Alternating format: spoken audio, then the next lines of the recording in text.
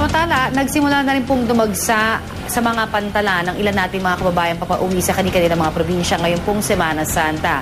Kaya naman dinoble higpit na rin po ang seguridad ng mga otoridad natin sa mga pantalan. Narito ang report.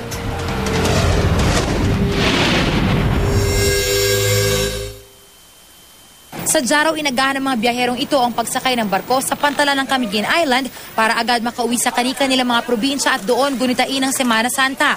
Gusto raw nilang makaiwas sa inaasahang pagdagsa ng mga pasahero habang papalapit ang Huwebes Santo na siyang simula ng bakasyon ng marami. Karamihan sa mga bumabiyahe rito papunta sa Cagayan de Oro City at sa Bohol. Karaniwan ang dumodoble ang bilang ng mga pasahero rito tuwing Holy Week pero tinitiyak ng pamunuan ng pier na sapat ang mga barko. Patuloy rin ang pagdami ng mga pasahero sa pier ng Cagayan de Oro City.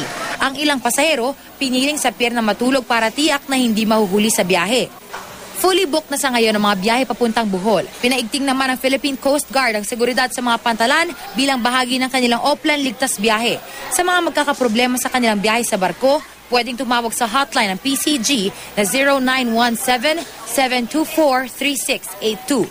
Binabalik-balikan ng maraming Pinoy sa probinsya ang mayamang tradisyon ng paggunita ng Semana Santa. Sa iba't ibang simbahan, ginunita kahapon sa pamamagitan ng misa ang linggo ng palaspas. Dito, binebendisyonan ng mga palaspas na simbolo ng pagsalubong kay Jesus nang dumating siya sa Jerusalem bago ang kanyang pasyon.